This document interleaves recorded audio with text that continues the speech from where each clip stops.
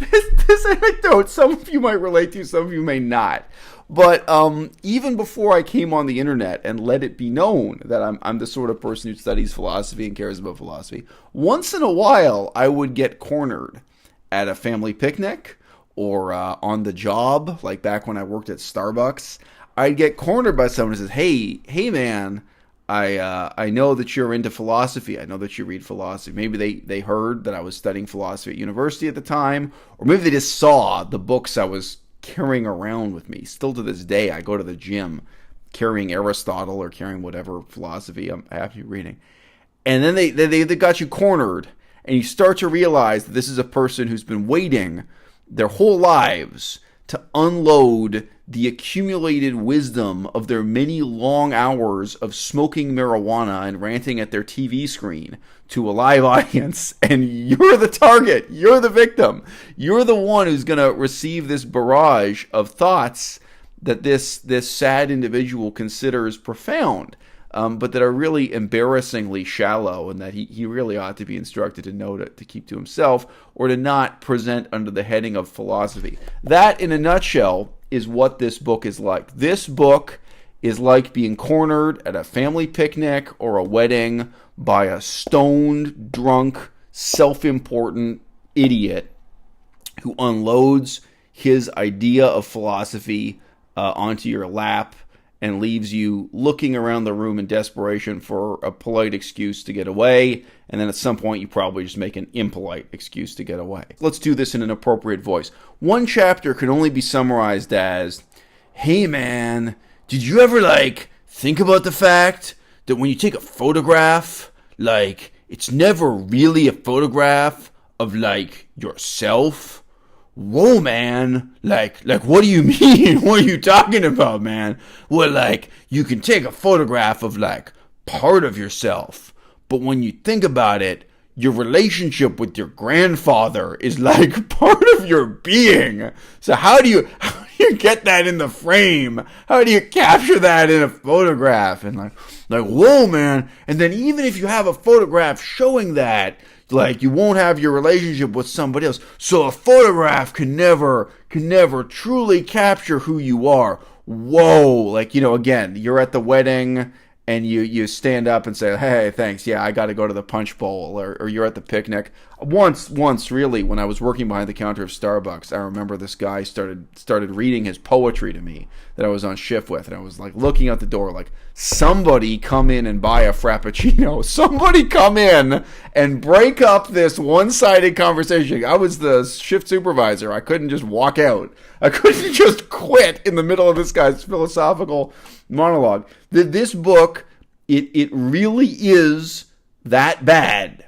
It really is. Now, there are a lot of other things wrong with this book that you might notice if you picked it up at a garage sale or saw it in a library or lay hands on it. A lot of us make these decisions now, purchasing things on the internet, without ever seeing the actual product. The quality of the font and the layout of the text is horrendously bad. The illustrations are laughably awful.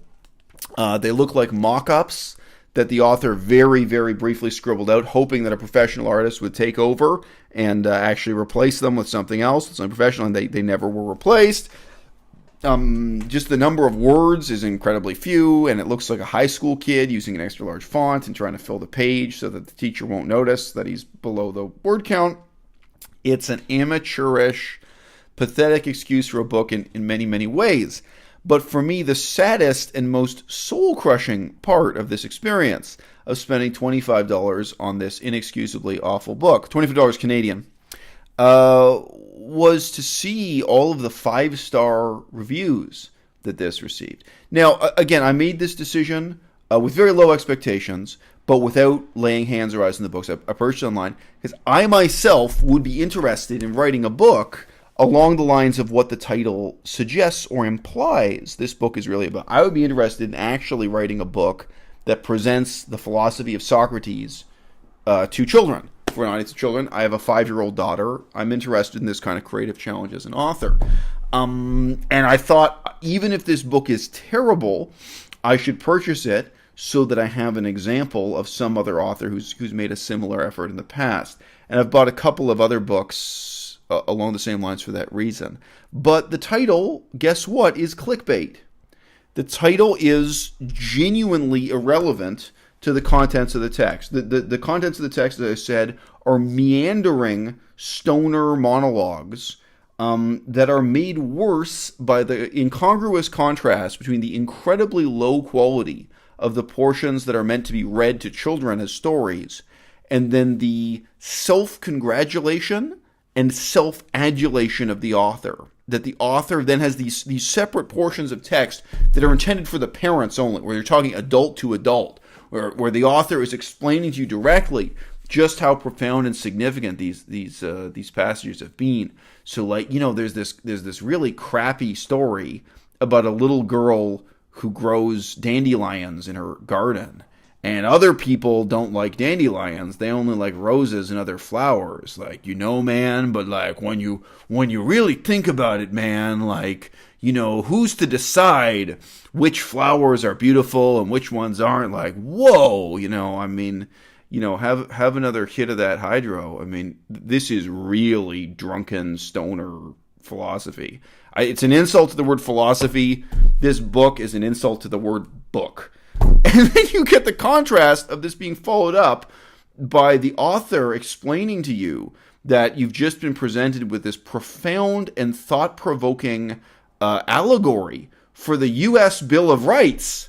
That this is about American constitutionalism and ethnic diversity within a democracy. And it's like the pretensions of the author are grossly mismatched to the contents of the text.